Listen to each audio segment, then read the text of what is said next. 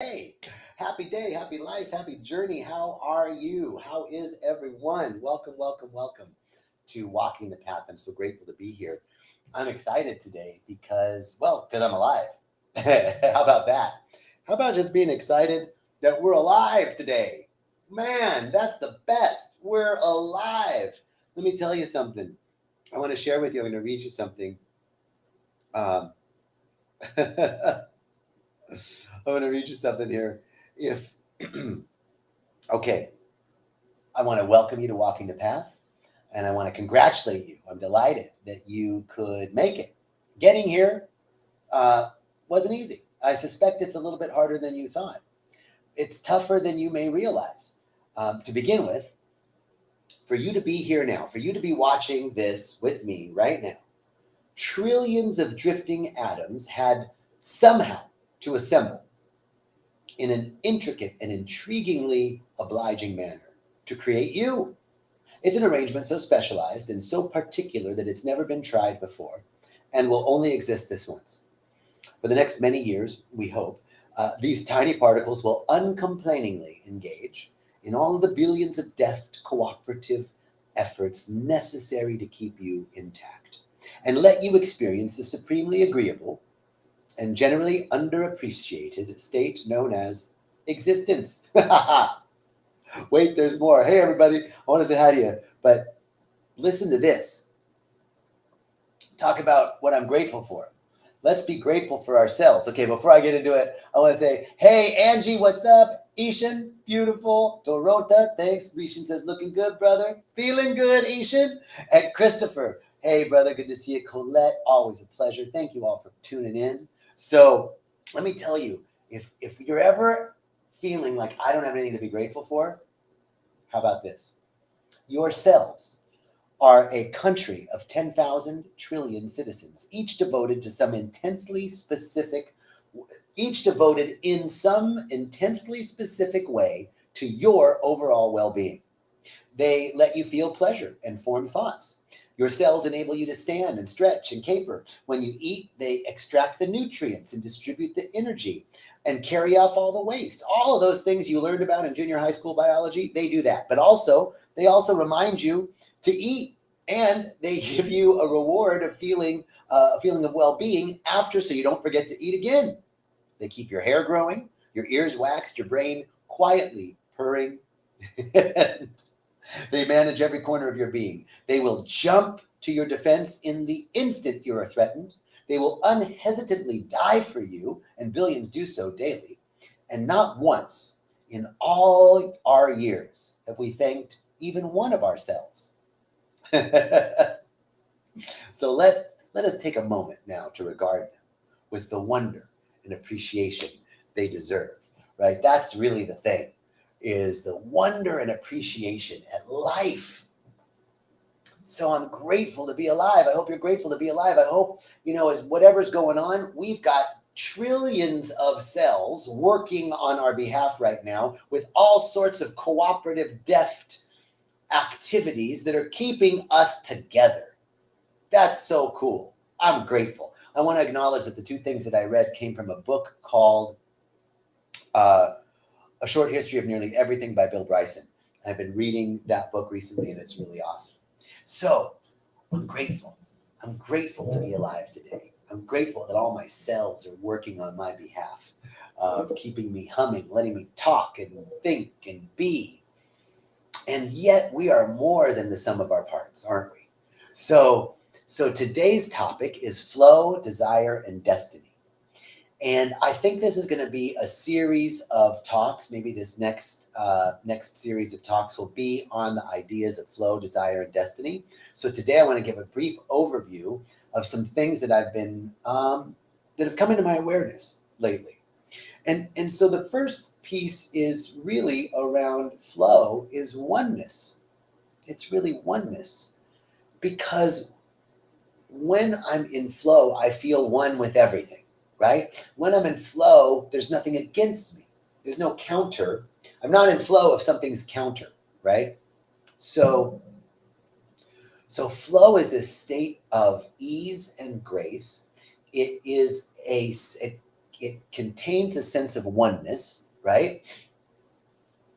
And connection. Thank you, Terry. Yes. And Anastasia says, I like this guy. You know what? I like this guy too. He's pretty cool. I think I'm going to keep him. So the first aspect of flow is oneness, right? We have this sense of oneness. And really, there's no simpler statement, no more elegant statement than all of life is one. All of life is one. And, well, how do we get there? Well, there's this underlying simplicity to life on a biological level, and it's accompanied by an elemental unity of life. So there's a simplicity and a unity in life. I mean, I'm talking about life expressing our cells, our body, the planet, right? There's a basic blueprint to all of life. It's DNA. And that's the basic blueprint of all of life. These 4 letters randomly arranged. There's a bunch of other stuff that we don't know what it does. We call it junk, but it probably isn't, right? This little basic blueprint that really hasn't changed at all since the Precambrian period. Precambrian period, that's like 30,000 centuries. 30,000 centuries. So for the last 30,000 centuries, life has pretty much been the same. I mean, there's variations, but it's the basic blueprint. This is what I mean when there's, to say, an underlying simplicity to life and an equally elemental unity to all of life, which leads us to be able to say that all of life is one. All of life is one. And so when I'm in flow, I'm in that deep realization of, as Terry says, connection. I'm in the zone, right? Things are flowing, and there's nothing against me. Everything is for me. And that's the truth. The only thing that is against us typically is a reflection of our own limited thought, our own limited thinking. So first part of destiny, of flow, desire, and destiny is simplicity and oneness. Now, how do we get to oneness? Unity and simplicity bring oneness, right? Now, oneness is a sense of that same aspect of flow, but the one thing we need correct, the only thing we need correct, is a sense of separation from that which is real, that which is eternal, that which is divine, that which is the love, beauty, intelligence that governs the planet. So the first part of flow is oneness and healing any sense of separation. And flow now then rolls into desire. And our desires, we think, well, that's my feeling, that's my fire, pure desire. Okay, so desire, Tennessee Williams said, desire is like an overcoat that's 10 times too big, right? Something that just engulfs you. But that's a sense of desire, like that there's something that overtakes me, right? And I lose control, right? I think Tennessee Williams was writing from a place maybe of a different sense of his desires were bad, okay? That's not the desire I'm talking about. I'm talking about the true and good desires of your heart. There's something in each one of us that's like, I really want that. You've known it ever since you were a kid. I've known it ever since I was a kid. And I've been like somehow ignoring it and accepting all of the crap of society that says that should be my desire. My desire should be to be rich. My desire should be to wear Gucci and be like the Kardashians and fucking a big baller. Ooh, I just dropped an F-bomb. To be a big baller, right? Our desire should be to acquire. Basically, all of society is telling us acquire, work hard, make money. Make money. That's good. Money good, not money bad, right? That's like all that's coming. So when we think of desires, that's what we think. Oh, well, desire. And then we think we should push our desires away. That's not it.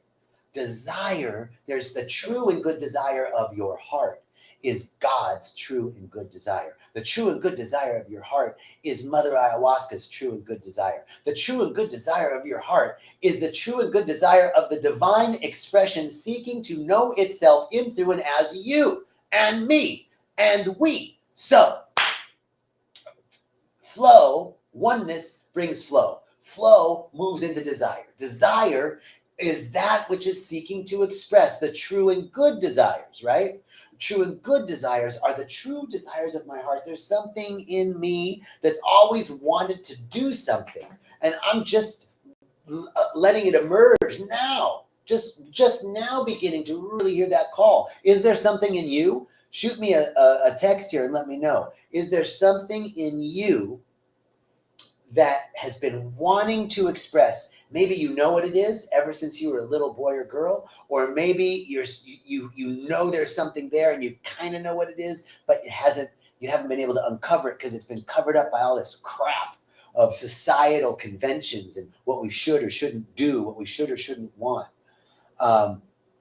So yeah, let me know. Shoot me a text in the chat and let me know if there's something in you, because that's desire. That's what desire is. And when we are in flow and in a sense of oneness, things are working together for my good. And now I'm starting to be aware of, what do I really want? What would I really love to experience? Not from my head, not from what I know, because we're talking about receiving this download of your true and good desire from something beyond knowledge, something beyond intelligence, beyond our rational mind. It's the superconscious. It comes from a greater part of knowledge, a greater part of intelligence that is beyond what we don't even know we don't know. I don't even know I don't know it. That's where it's coming from. And so when I catch the vision of what that true and good desire is of my heart, boom, destiny. And that's also my drag name, Destiny. No, I don't do drag, actually. I just never have. Well, there was that one time when, never mind. So,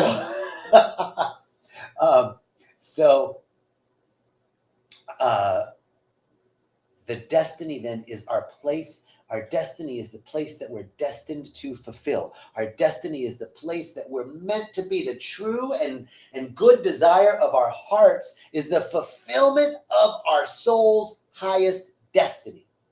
Bam. That's it right there. So, flow. Now, this is an overview. We're going to get into this a little bit more over the coming weeks of flow, desire, and destiny. Now, how do I get into flow? How do I allow myself to be in that state? We're going to go deeper into that. But really, it's connected to your desire. It's connected to what makes you happy. And we have this thought in our Ishan goes, come on, we all know you're a drag queen. I'm a queen, bitch, but I ain't a drag queen. No, really, I've never done drag. But, I'm sure well, maybe not all, but there was, that period, prepubescent. I did try on my mom's clothes,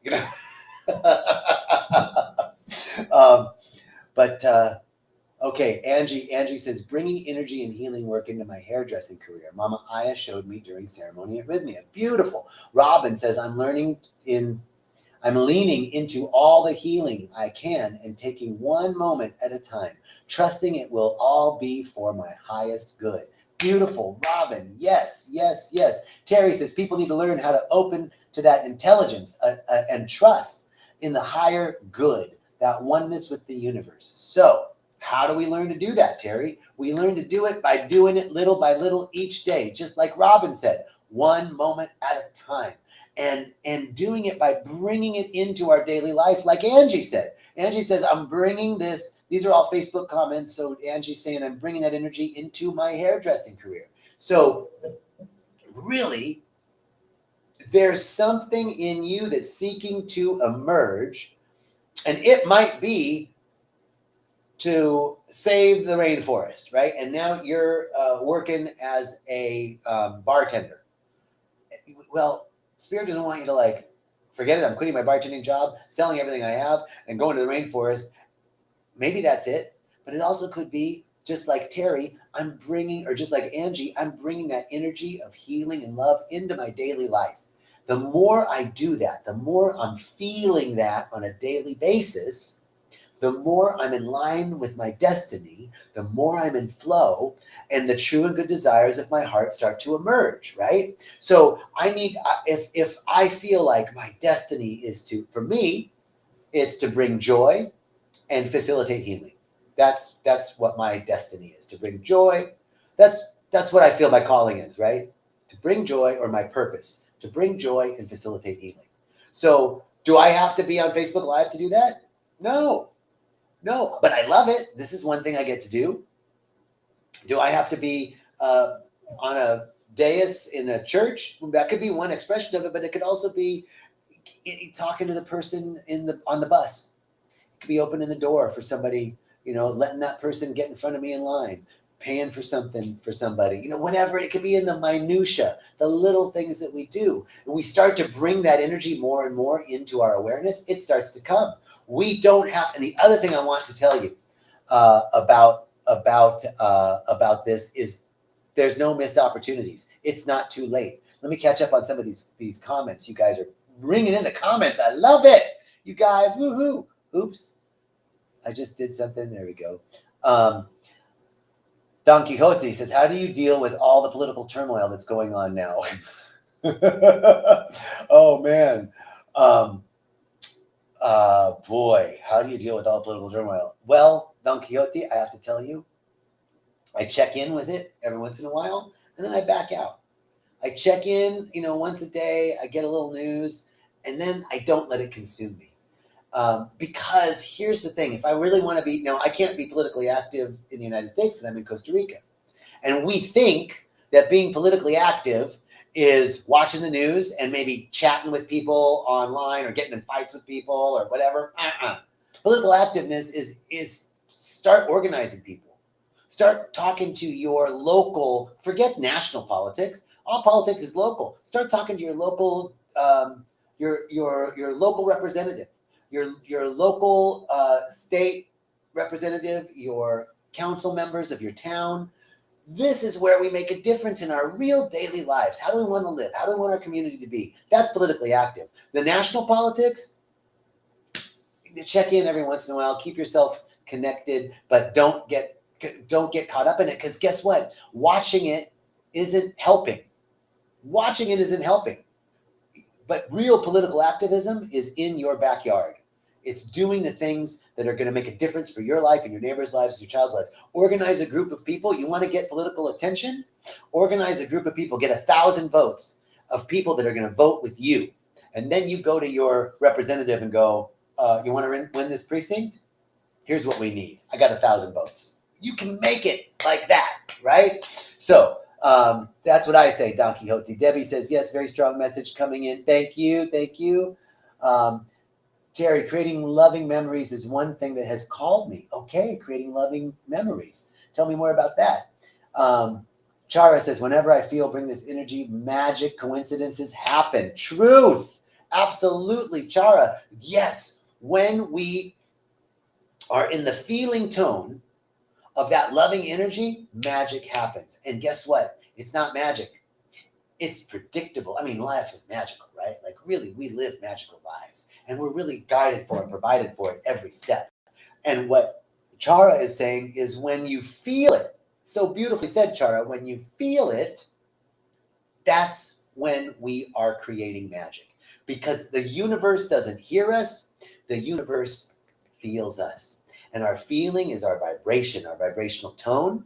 And that feeling is an energy, an energetic signature that goes out into the creative medium that responds to our feeling. It responds to our feeling. So yes, so the most, that's why flow, desire, and destiny are connected, Chara. You hit it on the head, because when I'm in flow, I feel oneness. I'm starting to be aware of my desires, and I'm feeling, my desire is to bring joy and facilitate healing. I can do that in the smallest actions everywhere I'm at. I can do that everywhere in my life. The more I'm feeling that I'm in line with my desire, I'm bringing forth my destiny. Flow, desire, and destiny. Flow, desire, and destiny. Could be a band name, right? I'm Flow. This is Desire and Destiny. And we're the 3 heartbeats. Okay. So, yes, I got a feeling. Ooh, that today's gonna be a good day. Okay, they can sing it way better than me. But that's the deal. I got a feeling. All right. I think this is a good start for this topic on Flow, Desire, and Destiny. I don't know who. It does. It sounds like three women that work down in the Desire. Who's working this shift at the diner? Flow, Desire, and Destiny. They working the shift today. Mm-hmm. Flow. Kiss my grits, Flo. Okay. So we're going to be at the diner where Flo, Desire, and Destiny are working. They're going to bring us coffee and some sweet potato pie. I like some collard greens and some fried chicken, smothered fried chicken. There was this place in Phoenix. Okay, last note. There was a place in Phoenix. I wonder if it's still there. I was in college in 1987, 88. I bet it is. It was called Mrs. White's Golden Rule Cafe on Jefferson Street in Phoenix. The only place Count Basie would eat when he came to town. The Golden Rule Cafe. And they had smothered fried chicken and collard greens and sweet potato pie and cornbread that would make you slap your mama. That's for sure. Mrs. White. And Mrs. White, she was still alive when I was going there. She was back there cooking up. All right. Angie says, we having church. Like church, the organ brings the tears. All right. Ethan, Flo, Desire, and Destiny, my three waitresses at the diner. Flo, kiss my grits. All right, y'all. So good to be with you. Thank you so much for checking in. We'll be here next week. Talk a little bit more with our good friends, Flo, Desire, Destiny.